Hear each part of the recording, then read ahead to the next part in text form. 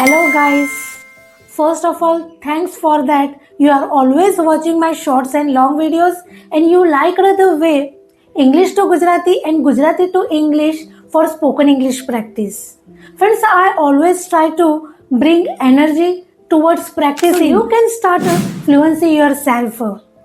Long ટાઈમથી friends તમે ઇંગ્લિશને learn કરી રહ્યા છો, મે બી 6 months, 1 year, 2 year, you know basic things.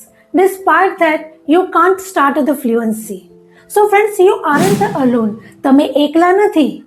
જે પણ ઇંગ્લિશ લર્ન કરી રહ્યા છે એ બધાનો આ કોમન પ્રોબ્લેમ છે. બટ માય ડિયર ફ્રેન્ડ્સ, આ પ્રોબ્લેમને રિમૂવ કરીને ફ્લુઅન્સીને મેળવવાની મોસ્ટ ઇમ્પોર્ટન્ટ કી પણ તમારી પાસે જ છે. But one biggest problem which everyone is facing and that is the fear of speaking. Brain અને માઉથમાં ફિયર આ એક વોલ છે, કેમ કે યુ નો ધ વર્ડ્સ, તમારે શું કહેવું છે એ પણ તમને ખબર છે, you know what you want to say, but માઇન્ડમાં ફિયર છે એટલે બોલતા નથી. So then only habit can change the learning method. Friends, મને પણ યાદ છે કે when I started my English journey I did a lot of things. I knew it, but while speaking my mind went blank. I was failed to speak, I was afraid of making mistake. અને બીજા શું કહેશે એના ડરથી મારા બધા જ try fail ગયા. Every trying હેડ બીન failed. અને ફ્રેન્ડ્સ, તમે પણ આ ફીલ કરતા હશો, હે ને?